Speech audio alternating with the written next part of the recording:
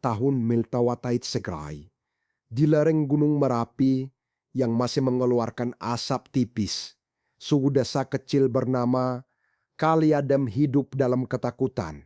Perang di Ponegoro telah berlangsung 2 tahun, dan wilayah Yogyakarta menjadi medan pertempuran antara pasukan Pengran di Ponegoro melawan Belanda. Di tepi desa itu, dalam gubuk raut warisan orang tuanya, tinggallah Siti Aminah, gadis yatim piatu berusia 12 tahun. Wajahnya cantik dengan kulit sawo matang khas Jawa. Mata hitamnya tajam dan cerdas. Rambutnya panjang tergerai yang selalu dia ikat saat bergerak. Orang tuanya meninggal setahun lalu karena wabah kolera yang melanda Jawa. Ayahnya Kai Musa adalah seorang gurun gaji yang dihormati. Ibunya, Nyai Fatima, adalah dukun bayi terkenal yang menguasai ilmu pengobatan tradisional. Dari merekalah Siti mewarisi ilmu. Dari ayah, kemampuan membaca Al-Quran dan kitab-kitab. Dari ibu, pengetahuan tentang ramuan dan pengobatan. Siti hidup sendiri, menolak tawaran pamannya di Magelang untuk tinggal bersamanya. Saya harus menjaga makam orang tua, katanya. Tapi alasan sebenarnya, dia tahu pamannya hanya ingin menjadikannya pembantu tanpa upah. Untuk bertahan hidup, Siti menjual jamu dan obat-obatan tradisional di pasar. Orang-orang desa menghormatinya karena ilmunya, tapi juga takut padanya. Anak ajaib, bisik mereka, bisa bicara dengan roh gunung. Malam itu, Kanung 50 si Suroto atas terima wasitian, malam paling keramat dalam kalender Jawa. Hujan deras menggayur sejak sore, petir menyambar-nyambar seolah para dewa sedang berperang di langit. Siti sedang mempersiapkan sesajen untuk arwah orang tuanya ketika mendengar suara aneh dari sawahnya. Awalnya dia kira suara binatang terluka, tapi kemudian terdengar lebih jelas. Rintihan manusia lemah dan penuh kesakitan. Dengan membawa obor dari pelepah kelapa dan parang untuk jaga-jaga, Siti keluar ke sawah. Apa yang dilihatnya membuatnya hampir menjerit. Seorang pria terbaring di pematang sawah, darahnya mengalir bercampur air hujan, mewarnai sawah menjadi merah. Pakaiannya robek-robek, tapi Siti mengenali seragam pasukan di Ponegoro, surjan hitam dengan ikat kepala batik.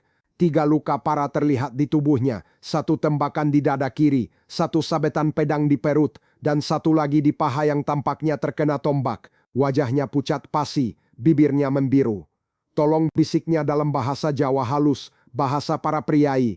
Belanda mengejar, tolong atau bunuh saja aku. Siti tahu bahayanya, siapapun yang membantu pemberontak akan dihukum mati oleh Belanda. Seluruh keluarga akan dibantai, rumah dibakar, tanah disita. Baru minggu lalu, keluarga Pak Karso di desa sebelah dibantai karena memberi makan pasukan di Ponegoro. Tapi ada sesuatu di mata pria itu yang membuatnya tak bisa berpaling. Bukan hanya keputusasaan, tapi ada kebangsawanan, keberanian dan kesedihan yang dalam. Siapa namamu, tanya Siti, berlutut di lumpur. Raden Mas Arjuna Kusuma, jawabnya terenggak-enggak. Putra, Adipati Mangkunegara. Siti tersentak. Adipati Mangkunegara adalah salah satu bangsawan tinggi Jawa. Jika benar pria ini putranya, maka kenapa Raden Mas berperang? Bukankah Mangkunegaran bersekutu dengan Belanda? Aku memilih jalan yang benar bersama Pangeran Diponegoro melawan penjajah. Dia batuk, darah keluar dari mulutnya. Ayahku mengutukku, tapi aku tidak peduli. Siti membuat keputusan yang akan mengubah hidupnya selamanya. Bertahanlah Raden, saya akan menolong. Dengan kekuatan yang tidak disangka dimiliki gadis kecil, Siti menyeret Arjuna ke gubuknya. Tubuh pria itu besar dan berat, mungkin tingginya hampir 20 cm dengan otot-otot prajurit terlatih.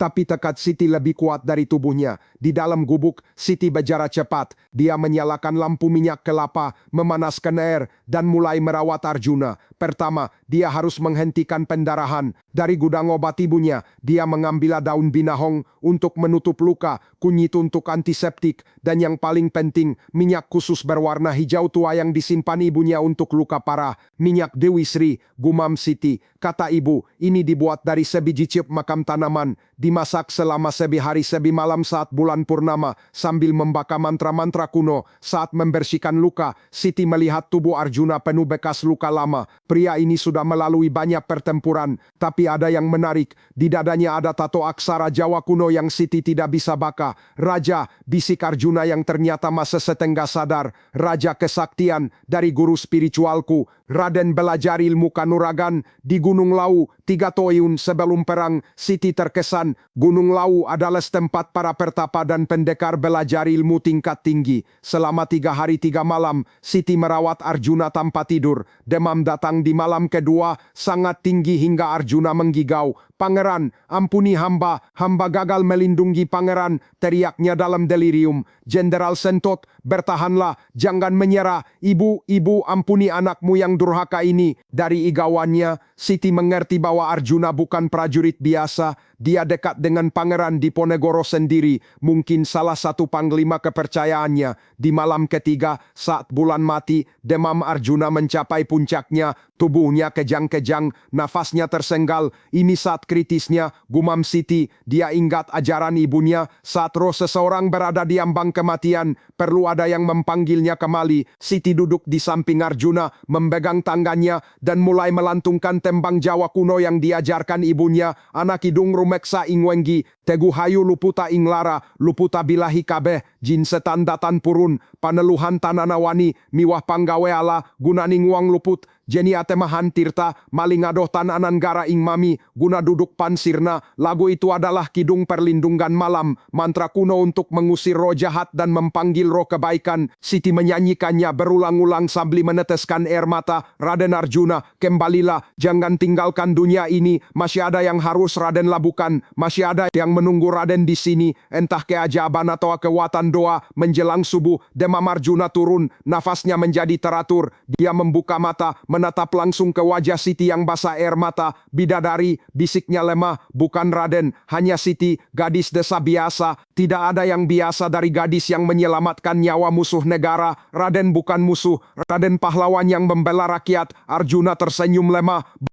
Berapa lama aku tidak sadar? 3 hari 3 malam, dan kamu tidak tidur. Bagaimana bisa tidur kalau nyawa seseorang di tangan saya?" Arjuna menatap gadis kecil di hadapannya dengan takjub. Begitu muda, tapi begitu bijaksana dan berani. Selama masa penyembuhan yang memakan waktu 2 bulan, Arjuna bercerita tentang hidupnya kepada Siti. Dia mempang putra Adipati Mangkunegara, terlahir dalam kemewahan istana. Tapi sejak kecil, hatinya gelisah melihat penderitaan rakyat. Saat berusia 17 tahun, dia pergi ke Gunung Lawu untuk berguru pada Yang Sepuh, pertapa sakti yang mengajarkannya ilmu kanuragan dan kebatinan. "Di sana saya belajar bahwa kekuatan sejati bukan untuk menindas tapi melindungi, bukan untuk menguasai tapi melayani." Ketika perang Diponegoro meletus, Arjuna tahu di mana dia harus berdiri. "Ayahku mengancam akan membuangku dari keluarga, tapi bagaimana saya bisa diam saja melihat rakyat diperas, tanah dirampas, kehormatan diinjak-injak?" Jadi Raden bergabung dengan Pangeran Diponegoro. "Ya,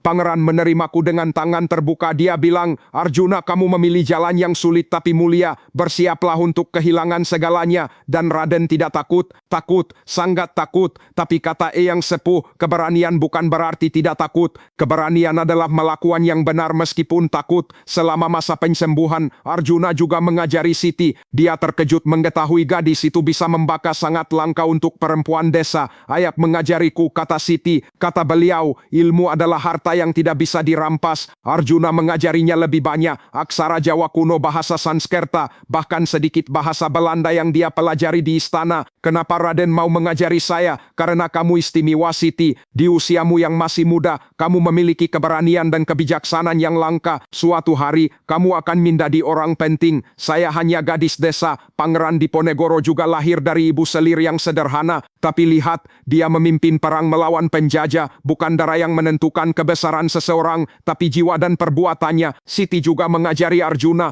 tentang tanaman obat, ramuan, dan yang mengejutkan Arjuna tentang kehidupan rakyat jelata. "Raden tahu berapa hari beras di pasar?" Tidak." "Raden tahu bagaimana rasanya tidur dengan perut kosong?" "Tidak." "Itulah masalah para bangsawan. Bicara tentang rakyat tapi tidak kenal rakyat." Arjuna tertegun. Benar kata gadis ini. Selama berminggu-minggu tinggal di gubuk sederhana, makan seadanya, dia belajar lebih banyak tentang rakyat dibanding bertahun-tahun di istana. Setelah 2 bulan, Arjuna sembuh total. "Dia harus kembali ke medan perang. Pasukan pasti mengira aku sudah mati," katanya. "Aku harus kembali." Siti mengerti tapi hatinya berat. Dalam 2 bulan, perasaan aneh telah tumbuh di hatinya. Bukan cinta, dia masih terlalu muda untuk mengerti cinta romantis. Tapi ada ikatan kuat, seolah jiwa mereka terhubung. Paji keberangkatan Arjuna, kabut tebal menyelimuti desa, pertanda perpisahan panjang, kata orang-orang tua. Siti, kata Arjuna, melepas keris pusakanya. Ini untukmu, tidak bisa Raden, ini pusaka keluarga. Justru karena itu, selama keris ini padamu,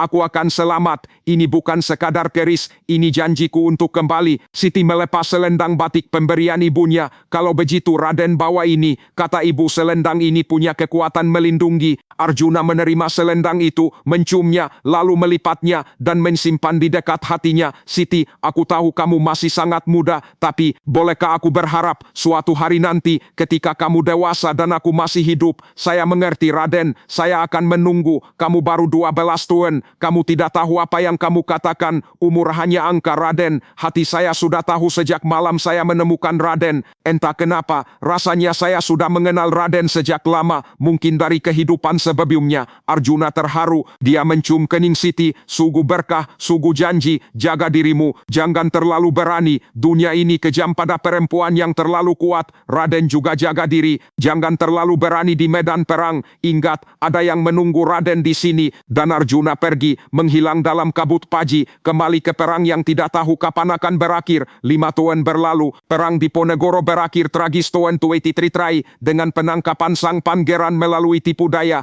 Tidak ada kabar tentang Arjuna. Banyak yang mengatakan dia gugur dalam pertempuran terakhir di Magelang. Siti, kini 17 tahun, telah menjadi tabib terkenal di wilayahnya. Kecantikannya juga tersohor, kulit kuning langsat, rambut hitam panjang, mata yang tajam tapi teduh, dan senyum yang bisa mensembuhkan hati yang terluka. Banyak pria melamarnya, anak bupati, saudagar kaya, bahkan perwira Belanda. Tapi Siti menolak semuanya. Nunggu siapa, tanya Biminah tetangganya. Seseorang, jawab Siti singkat. Dia mensibukkan diri dengan pengobatan dan penjajaran. Ya, dia membuka sekolah kecil untuk anak-anak desa, mengajari mereka membaca dan menulis, sesuatu yang revolusioner untuk seorang perempuan. Perempuan ngajari, apa kata dunia? Protes Pak Lurah, dunia akan berubah Pak Lurah. Dan dimulai dari sini, pada malam-malam sepi, Siti sering memandang keris Arjuna yang tersimpan di kamarnya. Apakah pemiliknya masih hidup? Apakah dia ingat janjinya? Tahun tua, 5 tahun setelah perpisahan mereka,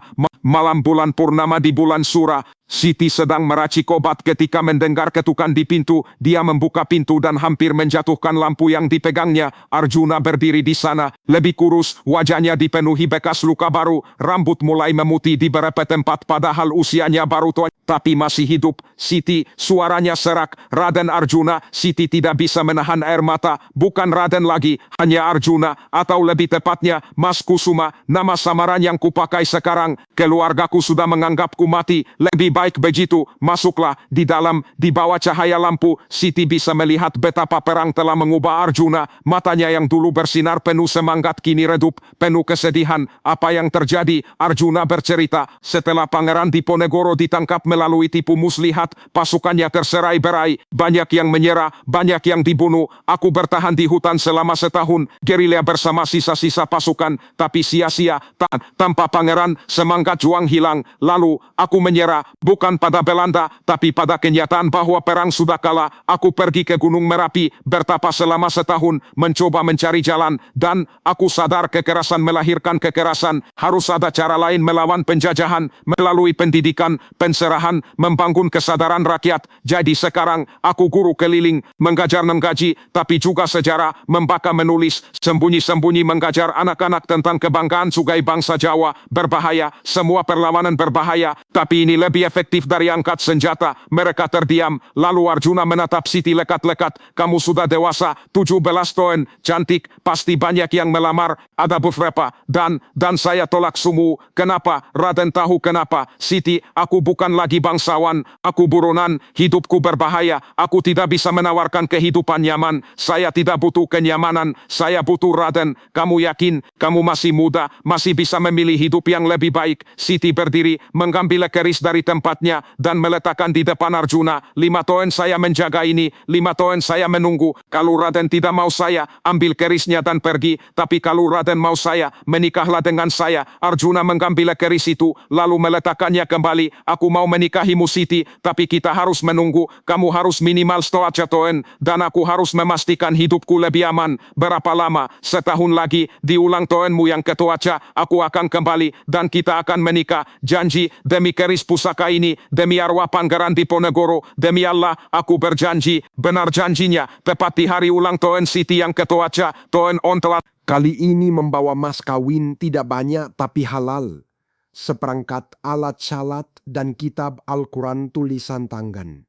Mereka menikah sederhana di masjid desa, disaksikan hanya beberapa orang. Pak Kiai yang menikahkan sempat ragu. Mas Kusuma ini siapa? Asalnya dari mana? Dia gurun gaji keliling Pak Kiai, jawab Siti. Orang baya, Pak Kiai menatap Arjuna lekat-lekat. Ada sesuatu di mata pria itu yang familiar, tapi dia tidak bisa mengingat apa. Setelah menikah, Arjuna tinggal di gubuk Siti yang sudah diperluas. Bersama-sama mereka membangun kehidupan baru. Arjuna membuka pesantren kecil, Siti melanjutkan praktik pengobatannya. Yang unik, mereka mengajar bersama. Arjuna mengajar agama dan pengetahuan umum, Siti mengajar pengobatan dan kebidanan. Murid-muridnya bukan hanya laki-laki tapi juga perempuan, sesuatu yang sangat tidak biasa saat itu. Ini bida, protes beberapa orang tua. Di zaman Nabi, Siti Aisyah juga seorang guru. Jawab Arjuna tenang. Perempuan berhak mendapat ilmu sama seperti laki-laki. Anak pertama mereka lahir Tawan Fenotra, seorang putri cantik yang mereka namai Kartini, bukan R.A. Kartini yang terkenal tapi namanya sama. Lalu berturut-turut lahir Budi, Wulan Fenotrati Seks, Wulan Fenotrati Trati, Pandul Fenotrati Pernyainek, Pandul Fenotrati Perempuan Beatur. Semua sahat, cerdas dan yang mengejutkan, semua punya bakat istimewa. Kartini bisa membaka pikiran orang. Budi punya kekuatan fisik luar biasa. Wulan bisa menyembuhkan dengan sentuhan. Gatot bisa berbicara dengan binatang. Sekar bisa melihat masa depan dalam mimpi. Pandu bisa menghilang dari pandangan. Dewi, si bungsu bisa mengendalikan api. Ini berkah atau kutukan? Tanya Siti Jemas. Ini tanggung jawab. Jawab Arjuna. Kita harus mengajari mereka menggunakan bakat ini untuk kebaikan. Tahun mualau sifaisit. Ketenangan hidup mereka terusik ketika seorang pria tua datang ke pesantren. Dia adalah Raden Gabehi Ranggawarsita, pujangga terkenal dari Surakarta. Arjuna, sapanya, atau harus kusebut Raden Mas Arjuna Kusuma? Arjuna tersentak. Anda siapa? Aku teman ayahmu, dan aku tahu siapa kamu sebenarnya. Ternyata Ranggawarsita datang membawa pesan.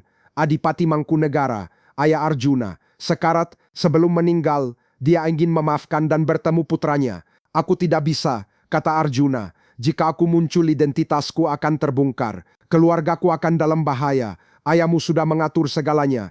Kamu akan dimaafkan. Bahkan Belanda sudah setuju memberi amnesti. Siti memegang tangan suaminya. Pergilah, ini kesempatan terakhir berdamai dengan ayah. Arjuna pergi ke Mangkunegaran. Pertemuan dengan ayahnya sangat emosional. Anakku, kata sang adipati lemah. Maafkan ayah, kau benar memilih jalan yang mulia. Ayah yang salah. Sudahlah ayah, yang penting kita berdamai. Aku ingin cukuku menyandang nama Mangkunegara. Tidak bisa ayah, itu akan membahayakan mereka. Maka rahasiakan. Tapi suatu hari ketika waktunya tepat ungkapkan. Darah bangsawan mengalir di mereka. Tapi yang lebih penting darah pejuang. Adipati meninggal 3 hari kemudian. Arjuna kembali ke desanya dengan hati lebih ringan. Tapi juga lebih berat dengan rahasia baru. Tahun Tetipik Tuai. Seorang kontrolor Belanda bernama Van der Wissik datang ke desa. Dia mendengar tentang pesantren yang mengajar perempuan dan mencurigai ada yang tidak beres. Siapa yang berani mengajar tanpa izin? Tanyanya galak. Arjuna maju. Saya tuan, Mas Kusuma. Van der Wissik menatapnya tajam. Kau kelihatan familiar. Apa kita pernah bertemu? Tidak tuan, tapi Van der Wissik tidak mudah dibohongi. Dia menggiring mata-mata, menyeselidiki latar belakang Arjuna. Akhirnya dia menemukan kebenaran. Kau Raden Mas Arjuna, pemberontak yang seharusnya sudah mati. Dia datang dengan pasukan untuk menangkap Arjuna. Tapi seluruh desa melindungi keluarga mereka. Dia bukan pemberontak, teriak Pak Lurah. Dia guru kami. Dia menyelamatkan anak saya. Tambah seorang ibu, dia mengajari kami membaka. Seru anak-anak, Van der Wishik frustasi. Dia tidak bisa menangkap Arjuna tanpa membantai seluruh desa, dan itu akan menjadi skandal. Malam itu, seseorang mengunjungi Van der Wishik. Keesokan harinya, kontroler itu ditemukan mati. Katanya kena serangan jantung, tapi ada yang berbisik dia mati karena santet. Arjuna tahu ini peringatan. Kekuatan gaib melindungi mereka, tapi tidak selamanya. Kita harus lebih hati-hati, katanya pada Siti. Tahun-tahun berlalu, anak-anak mereka tumbuh dewasa, masing-masing mengambil jalan hidup yang mulia. Kartini menjadi guru dan penulis, menyebarkan ide-ide emansipasi perempuan. Tulisannya, meski terbitkan tanpa nama, menginspirasi banyak perempuan Jawa. Budi menjadi pemimpin pergerakan nasional, mengorganisir perlawanan damai terhadap Belanda. Wulan menjadi tabib terkenal, mendirikan rumah sakit pribumi pertama. Gatot menjadi peneliti alam, mempelajari kekayaan hayati Nusantara. Sekar menjadi penasihat spiritual para pemimpin pergerakan. Pandu menjadi mata-mata untuk pergerakan kemerdekaan. Dewi menjadi seniman, melukis penderitaan rakyat dan menggugah kesadaran. Tahun Tuanai Choa Semezin, Arjuna jatuh sakit di usia 60 tahun. Tubuhnya lemah setelah bertahun-tahun hidup dalam ketegangan dan perjuangan. Di ranjang kematiannya, dikelilingi Siti dan ketujuh anaknya serta tiwetri cucu. Arjuna berpesan, anak-anakku, kalian lahir dari pertemuan takdir yang ajaib. Ibumu menyelamatkanku dari maut, dan aku memberinya cinta dan 7 permata kalian. Ingatlah, darah Mangkunegara mengalir dalam diri kalian, tapi yang lebih penting adalah darah perjuangan. Dia menatap Siti, yang kini berusia 51 tapi masih cantik dengan keanggunan yang terpancar dari dalam. Siti cintaku, kau menyelamatkanku bukan hanya dari luka fisik, tapi dari kegelapan jiwa. Kau mengajariku arti cinta sejati, bukan cinta pada kedudukan atau harta, tapi cinta pada sesama, pada kebenaran. Mas Arjuna, Siti menangis. Jangan tinggalkan aku tidak pergi. Aku ada di setiap anak kita, di setiap murid yang kita ajar, di setiap orang yang kita tolong. Cinta kita abadi Siti. Arjuna meninggal saat adzan maghrib berkumandang. Tua Muharram Tewet Stramihai. Jenazahnya dihadiri ribuan orang murid, pasien petani, bahkan beberapa bangsawan yang diam-diam mengenalnya.